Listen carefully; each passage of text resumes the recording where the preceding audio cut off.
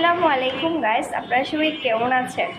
আমার সামনে যে খাবারটা দেখতেছেন এটা হলো আমার ছোটোবেলাকার নাস্তা। ছোটোবেলাকার এরকম করে প্রায় সময় নাস্তাটা খেয়ে থাকতাম, তাই শেয়ার করলাম। আমার কাছে মনে হলো অনেক দিন পর বা অনেক বছর পর, মানে এটা তো রোজকারে খেয়ে থাকেন, মানে আজকে একটু স্পেশালভাবে সন্ধ্যার সময় এই নাস্তাটা বানিয়ে। সাদা রুটি, এটা তো আপনারা রেগুলার বাসে খেয়ে থাকি। দুধটা কিন্তু একটা রেসিপি দেবো আপনাদেরকে, আপনারা মনে ছোটোবেলায় এভাবে খাইছেন। আর সাথে আছে চা। চা দিয়ে পরোটা দেখতেছেন, এটা ছোটো ছোটো করে পিস পিস করে দুধে ভিজিয়ে রাখবো, তারপরে খাবো। রুটিটা গাইস আমি ছিঁড়ে নিলাম, এতে এখন দুধে ভিজিয়ে নিব।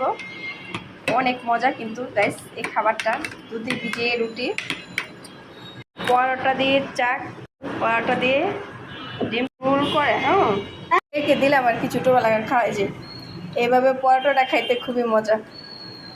ক্যারামেল চা বানাইছি।